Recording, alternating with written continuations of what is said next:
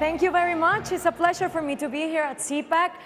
And I would like to ask you for a big applause for another great nation of Latin America, Brazil, who today captured Lula da Silva, their former president, for corruption. He's one of the architects of the socialism of the 21st century. And I promised Brazilians that I was going to ask for the applause. It's an honor for me to be here. And I hope that in the next 15 minutes, I can clarify you a little bit what is the panorama in Latin America and what you, as conservatives and Republicans and people who are trying to defend free market can do with this bigger perspective. So let me start by, oh, sorry, if we could go back. Thank you. Yeah. So this one. I don't know where to point. Sorry, the one that is before this. I want to start by 1989. 1989 is a year where the Berlin Wall falls down, and two events happen in Latin America that are defining the politics of today, of 2016. The first one is that Marxist guerrillas, communist parties, socialist civic society stopped receiving the funding of the USSR. And without Mama Soviet money, Fidel Castro is in a lot of trouble. And he needs to find out how is he gonna refinance the project of, you know, spreading socialism and communism all over Latin America. We all had Marxist guerrillas trying to emulate what Fidel Castro did in Cuba. So what they do is they now know that through violence, they won't get to power. They need to use democracy. And all the Marxist guerrillas, all the communist political parties of Latin America gather together in Sao Paulo, Brazil, and they celebrate something that was called Foro de Sao Paulo. And in this forum, they take the Communist Manifesto, they mix it up with the anti-Yankee and the hatred of private property. They mix it all together, and they come up with the agenda called the socialism of the 21st century, with different steps to follow. And they waited up. And then the right-wing presidents that were elected in Latin America take another plane. And they come to this city, to Washington, D.C., to celebrate the Washington Consensus. And all the right-wing presidents of Latin America of the 1990s, they swear that they were going to free the markets. And they go back home and they start privatizing everything they see. They privatize electricity companies, they privatize telephone companies, mailing, whatever, you name it, they privatize it. But they didn't free it. They only gave it in oligopolies and monopolies to their buddies and their partners, creating crony capitalism, state mercantilism, corporate welfare. But the thing is that in the mind of the average Latin America, capitalism doesn't work. Free market is the worst thing ever, even though we have never had free market. So the problem is this hatred and this exclusion in economy came up in 1998 with Hugo Chavez saying, you know what, guys? Capitalism is not the way. The way is socialism of the 21st century. And then it started. Populism in Latin America. Populism is as old as the Roman Empire. They called it bread and circus. It's nothing new. It's about manipulating people.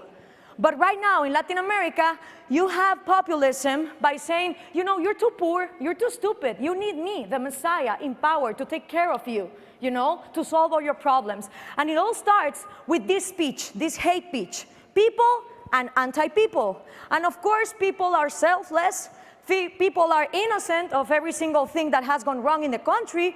People only need rights. And anti-people are the worst. Anti-people are the enemies. In Latin America, you know that common enemy to always blame is the United States. And I don't believe that the United States is responsible for everything that has happened in Latin America, because every time the United States has intervened is because someone in my country didn't have the guts to say stop. So with this speech of people and anti-people, it starts the populist handbook. First, you divide a society with hate. Because a society that hates within itself, in these two large groups of people and anti-people, it stops cooperating. And I think, well, great, but who is people? Where does people live? How does people think? I would love to go to people's house and knock on the door, and you know, for people to go out, handsome guy people, and say, people, I'm very confused, because everyone speaks in your behalf. Hitler spoke in your behalf. Mao Zedong spoke in your behalf. Che Guevara, Fidel Castro, Hugo Chavez, Lula da Silva, Cristina Kirchner. Everyone speaks on your behalf, people. And they all say you want a different thing. And no one knows what exactly do you want. So what's your real truth? But that's not possible, right? Because people doesn't exist. People is a myth. It's just a word that politicians, populist politicians use to divide us into groups to hate each other. The second thing, eliminate any opposition from the legislative branch. If you go to Latin America and you see all the countries, Ecuador, Venezuela, Cuba, Bolivia, Nicaragua, Argentina, Brazil, that have gotten in the socialism of the 21st century, you're not gonna find one independent parliament. That doesn't exist. Then you go for the judges. And you go even what Cristina Kirchner did to get rid of Fiscal Nisman, who, by the way, today also, they're gonna reopen the case to blame her. So you don't have any more independence of powers. You have the three branches of power under one dictator. And then what do? You increase state employment. In Venezuela, 1 of every 3 jobs is from the government. Who is going to rebel in a system like that? And then you have constitutional reforms to stay in power. And the guy that has gotten the more to the left in this is Evo Morales. Evo Morales changed the name of República of Bolivia because he couldn't get reelected as a República, and now it's called the plurinational state of Bolivia. He invented a different figure, and he changed the constitution just to stay in power. Setting limits to private property becomes fundamental. 10,500 companies, business, small, big, large, whatever you name it, have been expropriated and nationalized in Venezuela. 1 million people have been killed by the regime because of being opposition. Then you eliminate freedom of press and freedom of speech. If you see someone like Rafael Correa, he goes every day in the news for 15 minutes saying that whatever the news said the day before was a complete lie. So with this handbook, of course, populism's fuel is corruption, because you start spreading all these lies that the Messiah is gonna give you free stuff, while of course the 3 rights, life, liberty, and private property, are not respected. In my country, 17 people get killed daily. And there's 1 robbery every 6 minutes, but that doesn't matter as long as the populace is, giving away motorcycles or bags with food. That doesn't matter. So the debate we're trying to have in Latin America with the movement that I represent is, let's talk about republic and let's talk about populism. Because republic offers you dialogues. Spaces like this where you discuss ideas. It offers you balance of power, meritocracy, empowered citizens, life, liberty, and private property as the basic fundamental rights, and individual as the most important of all minorities.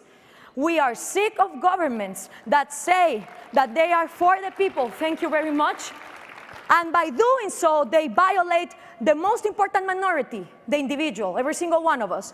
And then you have populism. Populism doesn't care about dialogue. It doesn't care about rationality or logic in the argument. It's all about manipulation. If Nicolás Maduro says that Hugo Chavez speaks to him like a little bird, all Venezuela has to say amen. Fingercracy. You, my wife, you're going to be the next online, said Nestor Kirchner, and Cristina Kirchner come in. Lula da Silva, you, Dilma. It's not about meritocracy, no, it's about fingercracy. And then you have rationality 0, corruption, allowed of course, corporate welfare, that people confuse with free market, and free market is the worst of course, and 0 institutions. So, this is not the worst. The worst is that we're creating a cycle that is psychologically damaging Latin Americans. First of all, we have a victim education. When kids go to school, they find out that they're victims of the United States, of Spain, of the oligarchy, of the white, of whoever. They grow up having low self-esteem, and people with low self-esteem have insecurities in themselves. You cannot grow an entrepreneur from an insecure person who's not willing to take risks. So then you have panic of risk-taking. But you are with education as a victim, low self-esteem, insecurities in yourself, and with panic of risk-taking, but you still want to be rich. You still want the yachts and the helicopters and the women and the traveling, of course. So what do you do in Latin America if you grew up like this and you still want to be rich? You get in politics, of course. You go and you run for mayor, for congressman, who cares? Once you're in power, you rob everyone, and with that money, you get your company. It doesn't matter, there's no risk. If you fail, it's not your money, it's people's money. Since people is not no one, then it doesn't matter. And once you're there, you make sure the victim education continues. So let me show you some examples. Universidad de Buenos Aires, Argentina. The left is with Cristina, and let the university stand with the people. And you see the faces over there. This is Bolivia, Evito's adventures. They manipulate kindergarten kids into the story of Evo Morales. This is my favorite. Hugo Chavez with one of the founding fathers of Latin America, Simón Bolívar, who was a great admirer of the founding fathers of this country, shaking hands while Jesus Christ hugs both of them. You know? And this, of course, is Cuba. Cha, che, chi, cho, chu. The Che fought in Cuba. This is what kids are learning in Latin America in 2016, when technology is supposed to be our answer. So populism loves the poor so dearly, it multiplies them. So I gave a speech on November 2014, and I said, you know what? Let's dismantle populism using technology. And there were 15 million people in Latin America who said, I agree. Thank you. And I've been here for the past 2 days, and I've seen how important for Republicans is to understand that technology is the way of freeing our minds from all the bullcrap, as they already said, that has been implemented. So, Latinos come to US to escape this populism back home, but they don't mind voting for populist campaigns once they are here. You know? Latinos for Obama, Latinos for Bernie, and this Latino woman, you know?